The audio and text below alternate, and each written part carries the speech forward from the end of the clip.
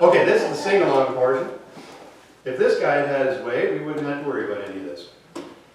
Gentleman by the name of Harold Camping. We were driving back from, I think, Kingston or Ottawa, May 22nd, 2011, so 12, 13 years ago, and happy to celebrate that we're all still there. And most people probably don't have that on the calendar, but the week or so before, it was blah, blah, blah in every newspaper and every radio station about this guy in California, because he had been more convincing than most on the world is coming to an end. You know, like most of those things, those guys are kind of full of it, but he had managed to convince, not in the Jim Jones death way, but in the, you know, like, the righteous are going to be taken up on this time. And so he had people selling all their stuff, and he'd raised millions, and they put up billboards everywhere, and somehow or other people paid more attention to him than the normal crazy person. They probably shouldn't have, because he kind of did the same thing in 1994. He picked a bunch of days, and then he said, oh, there's, you know, I guess I got some of the math wrong, so now I've recalculated, and now I know for sure it's going to be May 22nd, 2011. Well, we're still here.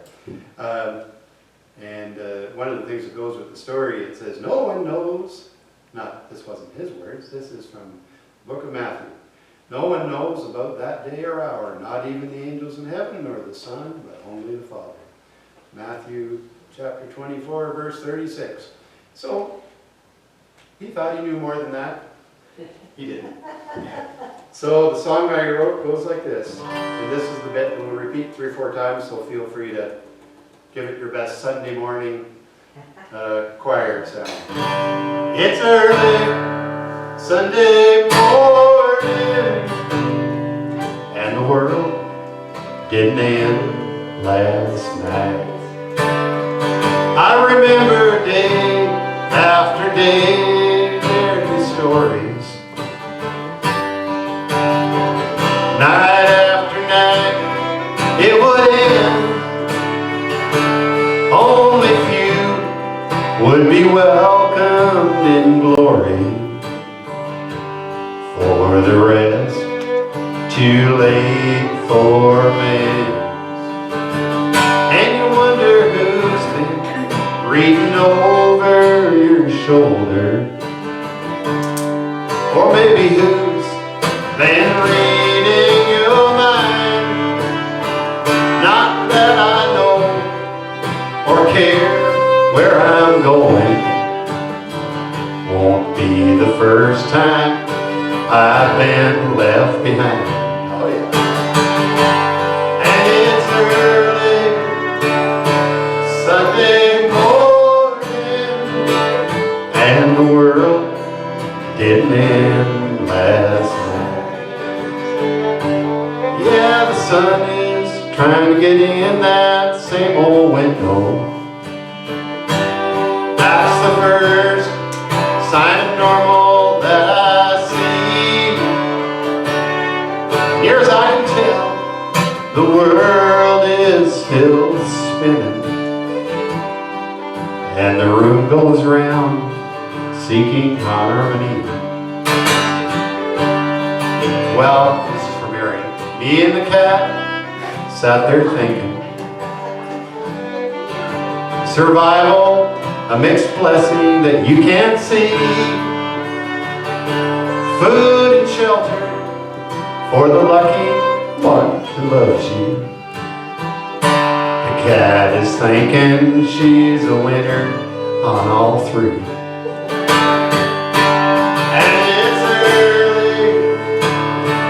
Sunday morning, and the world didn't end last night. Ah, the world, so much more than California. Billions of stories, yours and mine. Someday sure, one or more will be leaving. Just wait your turn, in the end, we'll be fine.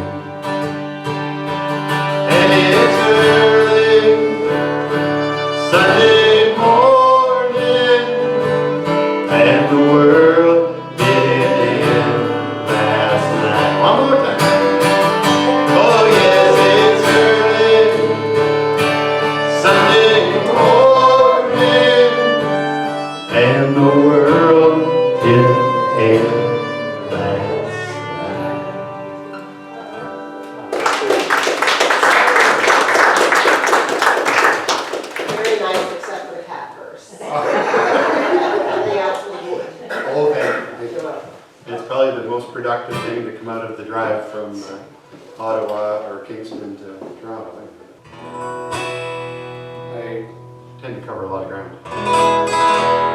And we've been to a lot of places, and I always have I'd be happy staying at home. But whenever I get somewhere, it's like, this is all right. We could do this, you know, it's kind of fun. And we've been to a lot of cool places. One of the places that's mentioned, I'm not sure that Kevin Costner is helping it any right now, but I don't know if any of you are watching Yellowstone.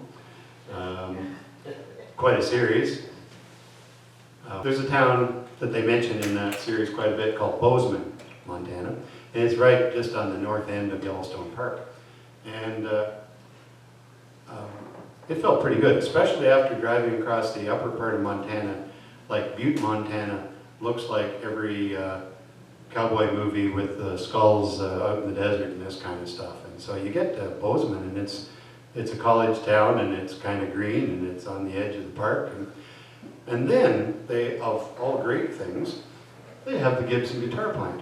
See, it used to be in Kalamazoo, Michigan, so that guitar would have been made in Kalamazoo back in 1956, but now if you want a nice Gibson guitar, the acoustic ones are built in Bozeman. And I get up early, we were there on a Monday morning, so I get up early and went over to the place and got a personal tour. His name is Ren Ferguson, and he's kind of legendary in guitar making world, and I got the personal tour from him, so that was pretty cool. Anyway, so that's one place. We've been to a lot of interesting places. So the challenge in this song is, of the ones I mentioned, which ones haven't we been to? It's called You Really Gotta Live This.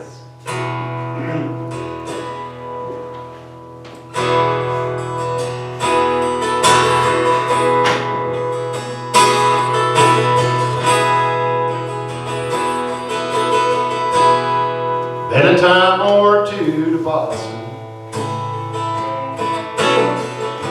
Last trip for St. Patrick's Day.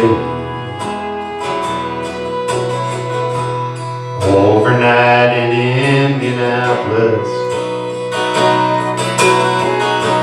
Stayed a weekend in LA. Made the Olympics in Atlanta. Drove past the arch in old St. Louis. But I started to see different when I stayed with friends in Baton Rouge. Now there's a town up in Montana where they make some great guitars. Felt we could have just moved in there, sat and strummed beneath the stars. And a great evening in Biloxi made romantic in a song. No matter where and when I travel, see places I could get along. But I started to see different when I stayed with friends in Baton Rouge. Said, son, you're only seeing pictures of what they want to share with you. And it's not on like a game show. Knowledge wide but paper thin. Son, you really gotta live there for any knowledge to sink in.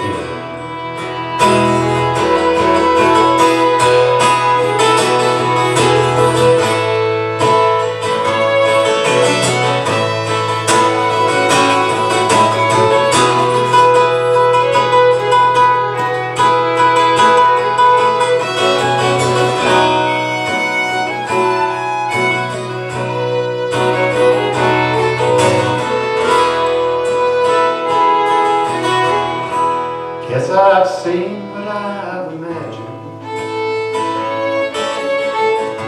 of Cheyenne, Cincy, or St. Paul. Was Steve McQueen in San Francisco? Watched the motorcade one Dallas fall. Oh, in Nashville and in Memphis, I hung out with music stars. When the sun rose the next morning, well, there's just me and this guitar.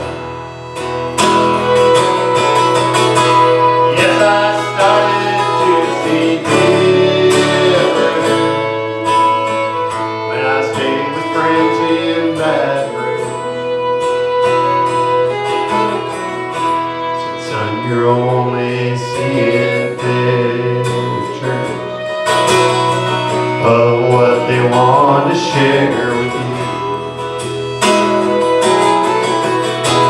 And it's not on like a game show. Knowledge white but paper thin. Ah, son, you really gotta live the live for any knowledge